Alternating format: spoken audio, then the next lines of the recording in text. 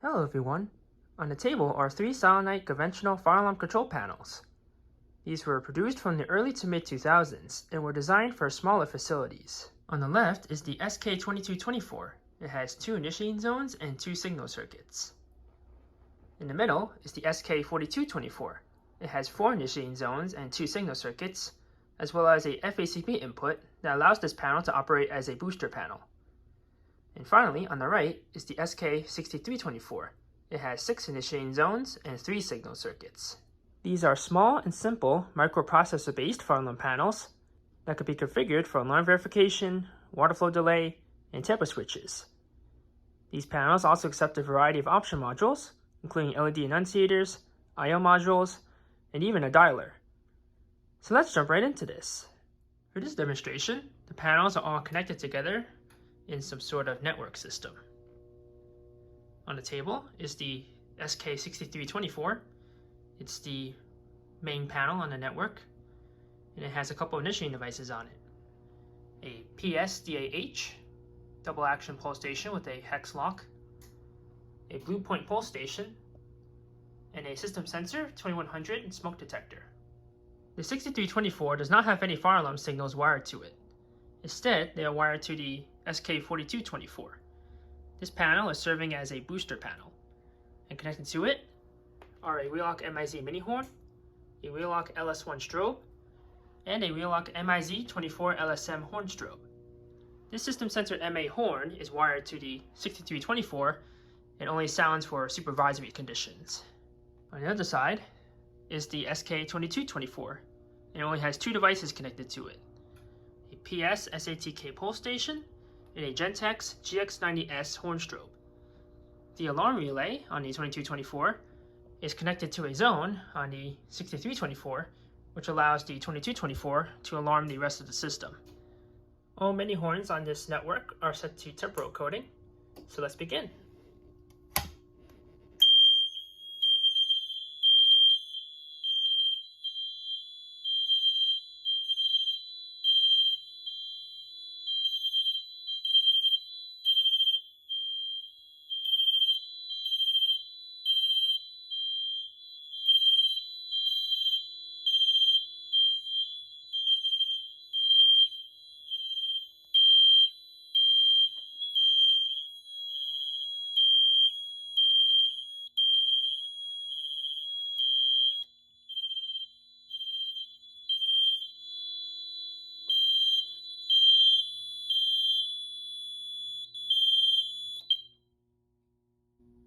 All fire alarm systems are silenced.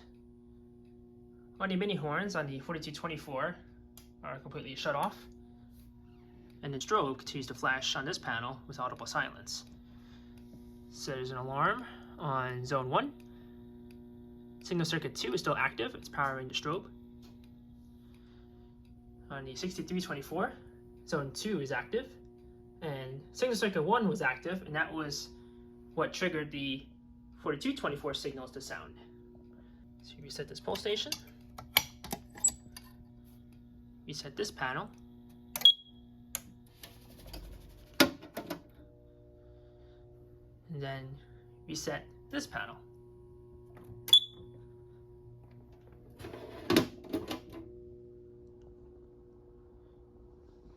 And the network is back to normal.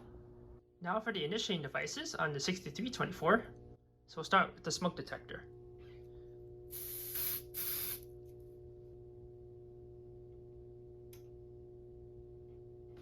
The detector lit briefly. That detector is on a verification zone. So zones 3 and 4 are programmed for alarm verification. The detector is on zone 3. So the panel will wait a couple of seconds and we'll wait for a second alarm. And if it does, it will sound the system. Looks like the detector re-alarmed already, so now just to wait for the verification delay to end.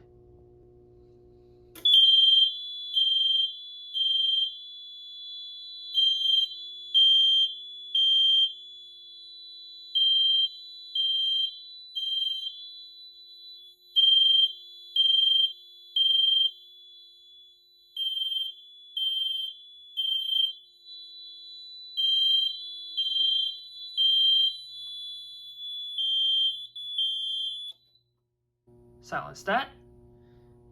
The detector is alarmed.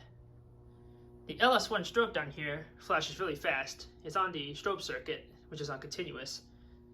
The MIC horn strobe here is on the horn circuit, which is set to temporal, so the strobe doesn't flash as much. So now, let's do a subsequent alarm with this pole station.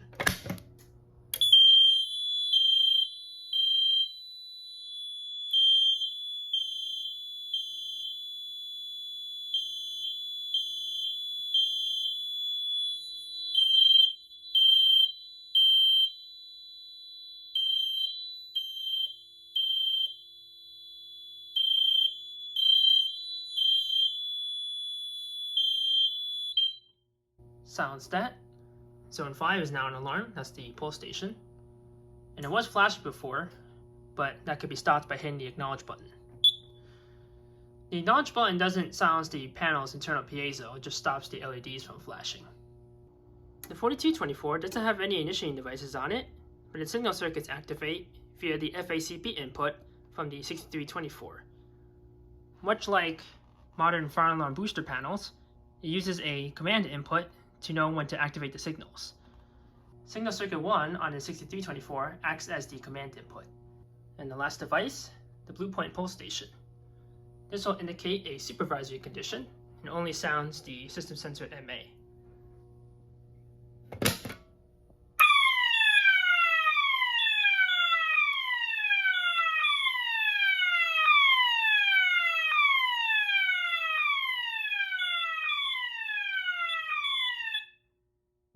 Silence that. Supervisory conditions on these panels are non-latching, so once the condition is cleared, the zone goes back to normal.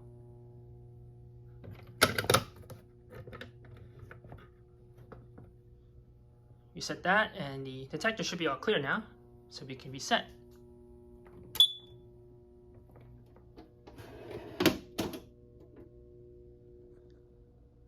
And back to normal. The SK-2224, 4224, and 6324 all use the same small-sized cabinet. It measures about 12.5 inches wide, 15 inches tall, and 3.5 inches deep. This cabinet will be used by other fire alarm panels by Silent Night, such as the 5600, 5700, and 6700. All three panels have a similar layout and configuration, with some minor differences. Here's the SK-2224. The initiating zones and signal circuits are on the bottom left. The zones share a common positive terminal. And on the right here is the trouble relay, alarm relay, and auxiliary power. There's the harness for the batteries, transformer, where the AC input goes. That right there is the piezo. There's a connector here for a 2884 serial driver. And here is the main LED and keypad interface. Here is the 4224. Has a similar layout. All the zones and signal circuits are on the bottom left. Alarm and trouble relays on the right, aux power, and here is the FACP input. It takes any signal circuit output from a host fire alarm panel and is used to activate the signal circuits. It can be wired Class A or Class B, depending on how it is from the master panel. Notice this terminal is kind of standing out there. One of the issues with these panels is internal blocks are a bit fragile, so caution should be taken when wiring these up. There's the piezo, same battery harness and transformer. Serial driver goes right there, and the keypad interface, which is pretty much the same as the 2224, except it has 4 zones instead of 2. Visually, the 6324 looks quite different from the other 2 panels, but the internal circuitry remains about the same. Has the same transformer and battery harness. The initiating zones are all on the bottom right, along with the auxiliary power. Had the same problem with the broken off terminal there. 3 signal circuits, alarm and trouble relays. There's a built-in serial driver on the 6324, so the SK-2824 module is not needed on this panel. There's the keypad right there. It features dial reset and test functions. And finally, the LED display, which is offset from the main board. The SK-2224, 4224, and 6324 are all programmed using dip switches on the main circuit board. While there are some minor variations between the three panels, the dip switch options remain roughly the same. Here are the options for the 2224. For the zones, there is an enhanced mode. This means there are pulse stations and smoke detectors on the same zone. Alarm verification. This is used whenever there are smoke detectors on a zone, as demonstrated on the 6324. A zone type, either fire alarm or supervisory. And lastly, delay options. The delay options are primarily used if a zone has a water flow switch on it. There's also options for the signal circuits. They can be soundable or non-soundable, and steady or ANSI coding. ANSI is just temporal coding. There's also options for serial accessory modules, including an annunciator or dialer, and an option to report AC loss on a delay if the dialer is installed. On the 4224, the zone options are pretty much the same, as are the signal circuit and serial accessory device options, except there's an added option to make the zones either 4 Class B circuits or 2 Class A circuits. Zone options are slightly different on the 6324. There's 2 extra zone types, both water flow with either a delay or no delay. As for signal circuits, have the same soundable or non-soundable option, same coding options, but signal 3 can be configured for either pre-alarm, which is when detective verification is underway, or for supervisory, as shown in the demonstration. Same serial accessory options here. The water flow delay is set right here, and it could be either 45 or 90 seconds, unlike the 4 options on the 2224 and 4224. There's also an option to make the signal circuits non-soundable or soundable for water flow alarms. Once dip switch programming is complete, the panel must be completely powered down and powered back on to apply any changes. The serial driver, whether built in or not, can accept a variety of option modules. There's the SK-2866 remote LED annunciator, which also features silence and reset keys. There's the SK-2880 I/O module, which can be used to drive LEDs on a graphical annunciator and also contains 3 relays. And lastly, the SK-2104 dialer, which can be used to report alarms, troubles, supervisories, and other events to a central station. And that is it for the SK-2224, 4224, and 6324. These panels had a short lifespan and were discontinued by the late 2000s. As of 2022, all conventional silent night panels have been discontinued.